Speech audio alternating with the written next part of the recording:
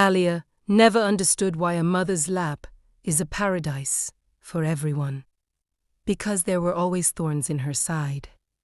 It was not a minor complaint that would be forgotten in time.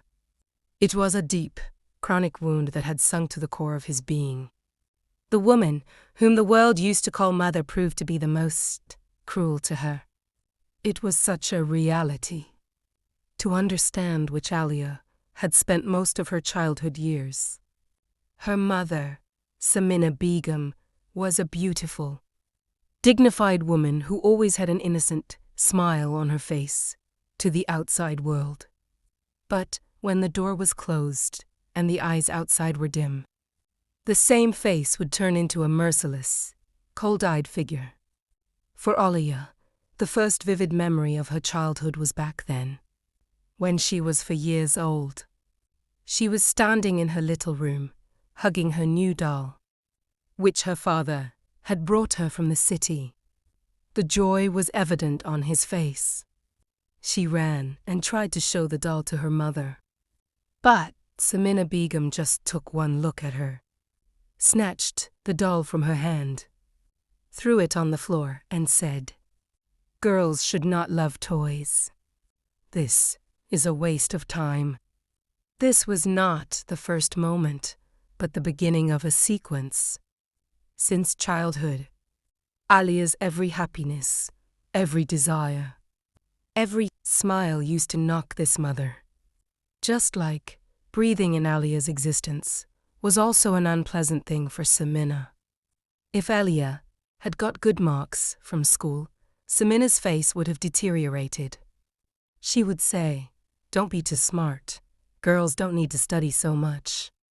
Your job is to take care of your home, not the books." But then, if she had scored less for some reason, the taunt would have been even more bitter. "Look, there is a girl, so where is the brain? What are you going to read and write?" This was a dilemma from which it was impossible for Alia to get out. If she had remained silent, Samina would have quipped, "There is no language. Adi Yunam." And if she said anything in response, the accusation would immediately be, "Rude. Naughty girl. There is no blessing in your home." His brother Akbar, Umar, was the son of the house, whose every ray illuminated the house. For Omar, there was tenderness in his mother's voice, love in his eyes, and compassion in his hands. If Umar had scored good marks, Samina would have kissed his forehead, made sweets, offered prayers. If he did something wrong, they would say, "Boys, they will do mischief." Samina's words give wings to the dreams of the age. She would say, "My son will become a great man, will bring glory." And Alia, for him there were only orders. There was harshness and a deep, silent hatred that was reflected in every deed, every look, every breath. His hopes and dreams were shattered. He would have to learn all the household chores, washing clothes, cooking, cleaning, while Omar would only be engrossed in his books. Alia's father, Tariq Ahmed, was a Sharif al-Nafs, a quiet man of letters. They saw everything, but their tongues were tied up. Sometimes, when Samina's voice became very loud, he would say, "Samina, just do it." But this sentence would have been so weightless that Samina would have ignored it. He replied, "You know what? What's this girl doing today?" And then a long story would begin in which Alia would always be wrong. Tariq would go silent, lost in his newspaper or book. Perhaps they were cowards, or perhaps they believed that silence was the security of the home. But their silence left Alia alone in a sea where there were only waves of oppression everywhere. Thus, Alia was left alone in a house where everything was there: bread, clothes, house, but the one thing that makes a house a home: that love, did not come into her share. At night, she cries in her pillow, wondering what she has done that her own mother hates her. Is he really a coward? Wasn't he born wrong? Chimiwai. As she grew up, her mother's abuse increased. He was no longer limited to verbal taunts. When Alia entered university and then started a small job, Samina took over her earnings. Your salary is mine. I am the one who brought you up. All your money belongs to me. There was an objection to Alia's clothes. If she wore simple clothes, it would be said, "You look poor, what will people say?" If she did a little sunbathing, the accusation would immediately be, "Maybe you want to seduce a boy." Unfair, he said. Her every decision, whether it was to make friends or buy a book, suffered from the mother's interference. Samina kept an eye on his private life all the time, checking his phone, searching his room, even bad-mouthing his friends. Then came the day of the wedding. She was having an affair with an educated, Sharif family boy. The boy and his parents were very polite and liked Alia, but Samina stopped the relationship for the sake of her ego. He told false stories about Alia in front of the boy's family, even saying that Alia's health does not keep well. She is not fully mentally fit. The relationship is broken. Ali's hopes were dashed. When Alia asked about this, Samina said, "That boy was not worthy of you. I'm your mom and I know you." But the real reason was that the boy's parents refused to give in to Samina's excessive financial demands. In front of people, Samina used to take the form of an oppressed, patient mother. She would wail in front of relatives, neighbors, "This girl has saved my life. I'm disobeying everything. I'm bad." And then she would go on to prove Alia to be a disobedient, selfish daughter. They fabricated such lies against Alia that the listener would stand up. One day, at a concert at an aunt's house, where several women were present, Samina repeated her drama again. When a woman said, "Your daughter seems to be very intelligent and well-read," Samina took a deep breath and said, "She is all. This girl is inside of me. I wish it wasn't my daughter. It would have been better if not." This sentence resonated in the air. All the women looked at Samina in surprise, then looked at each other. Alia was standing there, holding a plastic glass in her hand. Her face became like a lifeless black stone. Something was broken in it. It wasn't just words. It was a curse.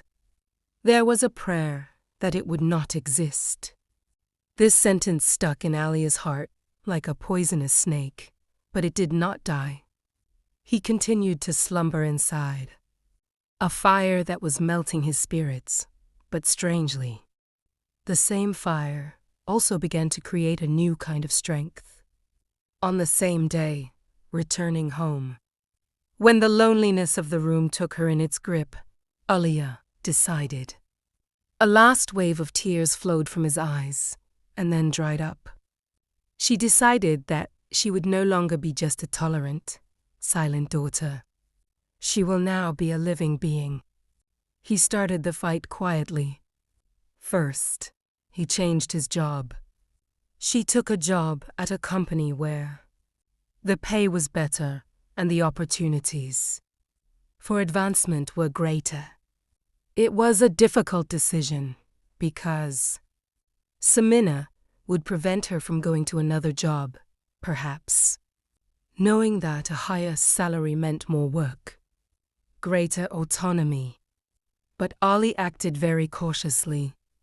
She told her mother that she was being harassed in her first job and was not able to pay the expenses of the house. Samina, who was only thinking of money, agreed. Then he created a secret system of small savings. She would give a small portion of her salary to her mother and collect the rest discreetly in different places. He greatly reduced his expenses. Don't buy anything new. Go out with friends. His only goal was to achieve financial freedom. But the most important thing he did was learn to believe in yourself. Years of criticism, insults, and psychological warfare had destroyed his confidence. She initially thought that maybe she was really inadequate, flawed. She resorted to therapy in a secret, of course.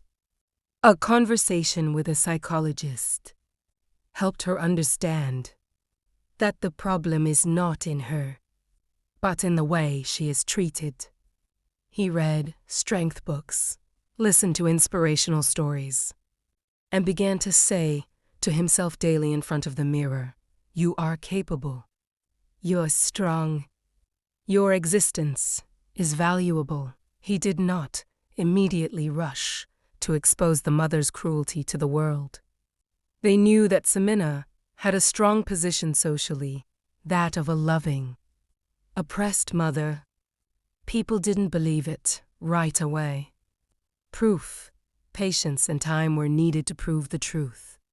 Samina, on the other hand, was quite sure that Alia would always remain the same, a weak, scared girl on whom she could impose her will.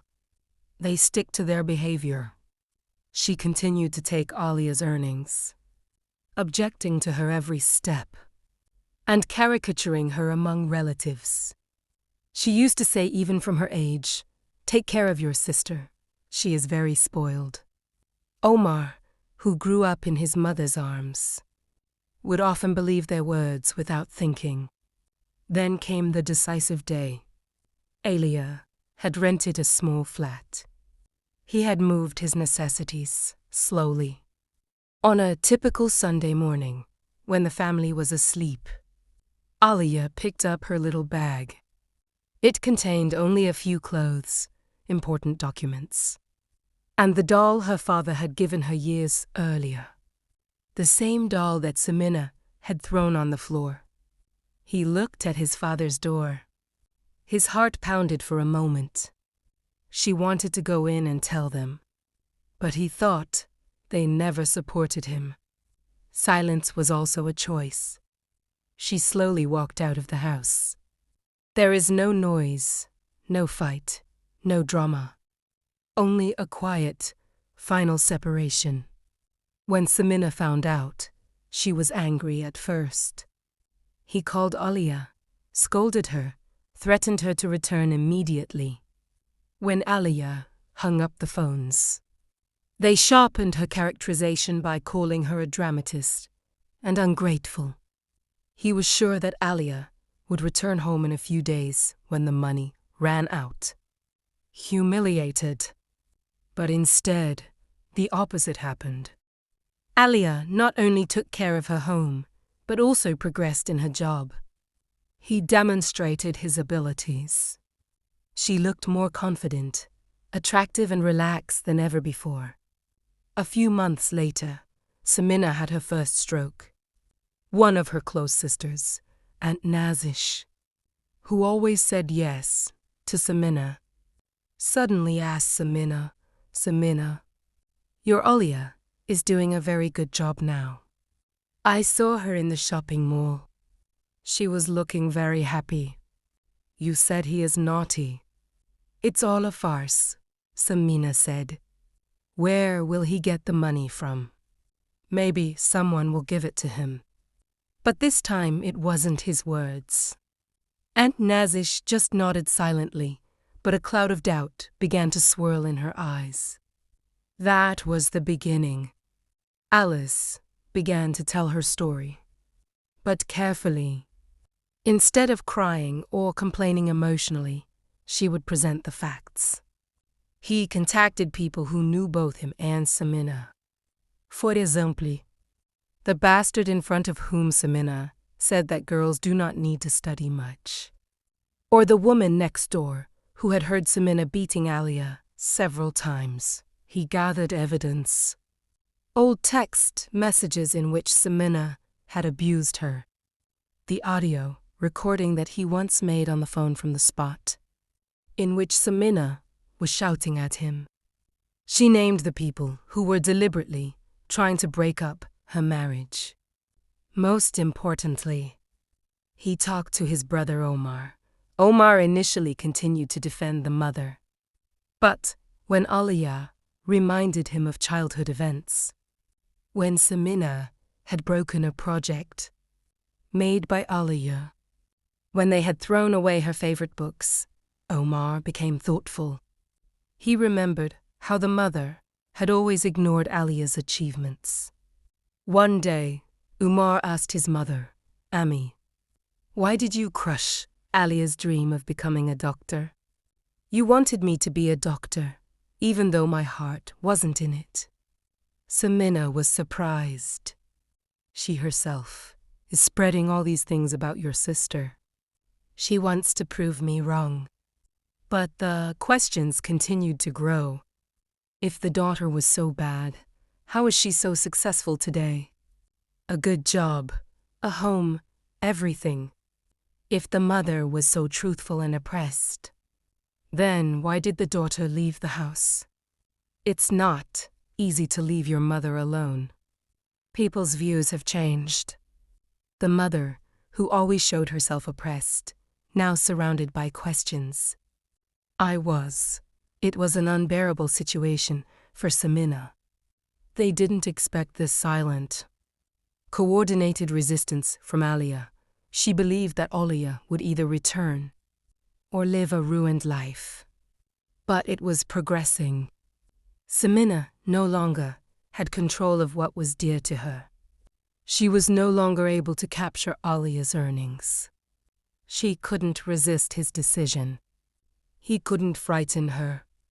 This lack of control created a vacuum within them. He began to feel that age was no longer the same. He talks less and spends more time outside. When Samina spoke ill of Alia, Umar would either remain silent or say, Ami, just do it now. The house is not the same as before. Earlier, where there was a pressure in Alia's presence, there was also a kind of movement. The house was quiet, peaceful and quiet. Tariq was still silent, but now there was a new pain in his silence. One day Samina saw that Tariq was looking at an old picture of Alia. His eyes were moist. Seeing this, a strange wave of jealousy went inside Samina. They realized that people were running away from them.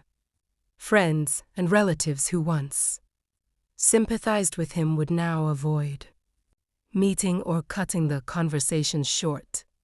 Some even said, Samina Begum, make peace with your daughter. She is alone. You are alone. The real revenge, which Alia never imagined, came when Samina realized that the daughter, whom she had always considered weak, arrogant, and dependent on her, was not only alive, but happy, successful, and much stronger than her. And she herself, who was considered a manifestation of power, was now completely alone. All his drama, all his moves, all his plans were in vain. One day, after months of silence, Samina's phone rang. As soon as Alia saw his name on the phone, her heartbeat increased, but she calmly picked up the phone.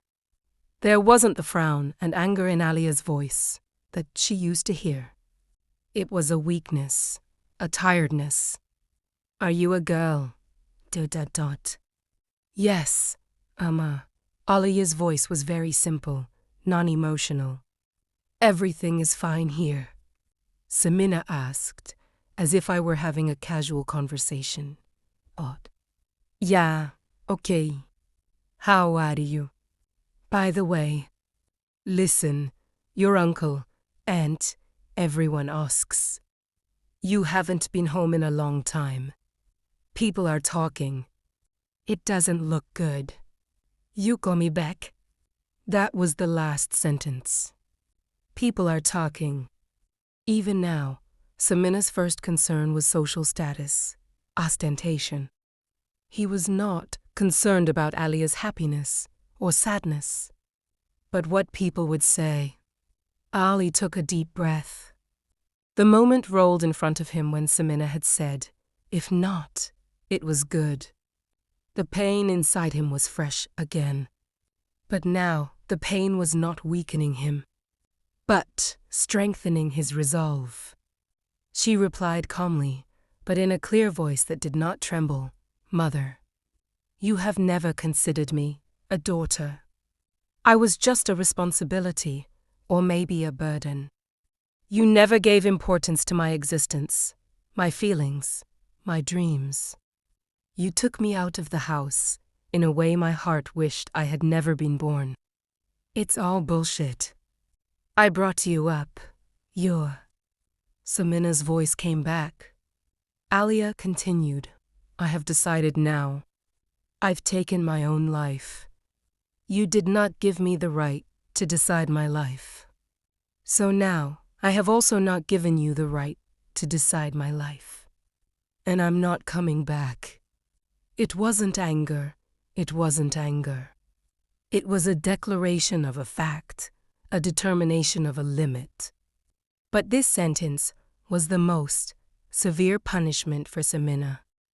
It was also taking away the last vestige of their power, and they had no answers. There was silence on the phone line. Sam then hung up the phone without a word. After this phone call, there was a strange calmness inside Alia. They knew they were now separated. He didn't hurt anyone. He didn't hurt anyone. He had taken revenge in such a way that he had freed himself from the chain that had held him for years. He had proven that the greatest revenge is to get out of that oppression, to be happy, to be successful, and to be proof that you were not valued by them. He began to rebuild his life. She pursued her passions, learning music, traveling, making new friends. He contacted his father, who had now broken his silence. Tariq apologized to his daughter, saying his silence was unfair to her. Alia forgave them, but with a limit. Their relationship slowly began to recover. He also had a better relationship with his older brother. Omar opened his eyes, and now they were close to each other. And Samina, the tyrannical mother who once thought of herself as everything, was now imprisoned in a self-made prison. His social circle has shrunk. No one believed them anymore. She also started living separately after her marriage. Tariq, also now, spends less time at home and more time outdoors. Samina would often look out of the window of her room, perhaps hoping for a miracle that Alia would return, and everything would be the same as before. But the road was empty. They began to realize that they had crushed their own bud. There was an emptiness inside him, which may have begun to take the form of remorse. But his ego was still refusing to accept it. She was left with her own shadow, the shadow of her own pride, her own lies, and her own decisions, which will now follow her forever. The years passed.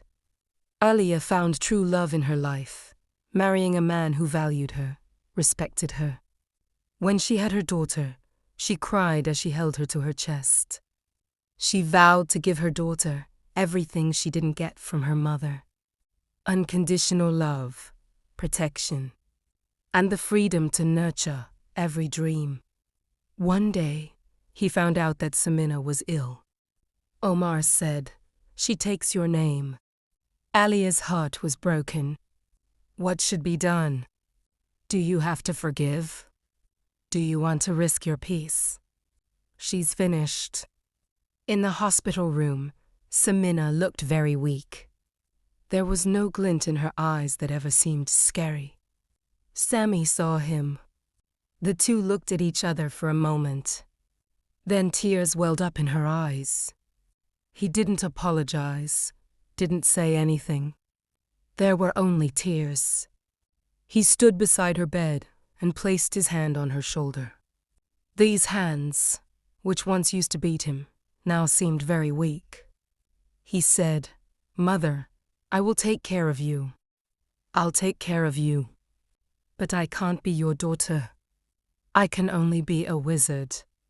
It was a peace, but not a complete reconciliation.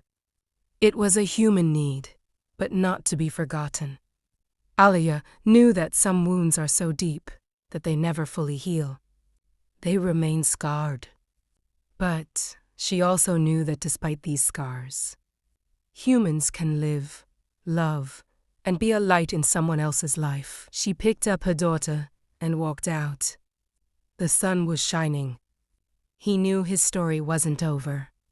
It was only the beginning of a new chapter, a chapter in which she herself was the author, where the fragrance of flowers replaced the thorns, and where she could build a new kind of paradise for herself and for her loved ones.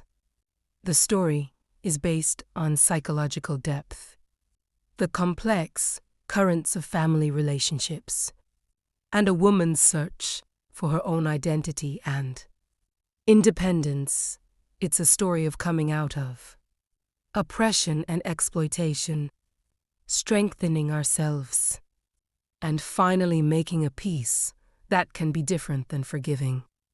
Alia's story is a beacon of hope for anyone who has suffered injustice or emotional violence.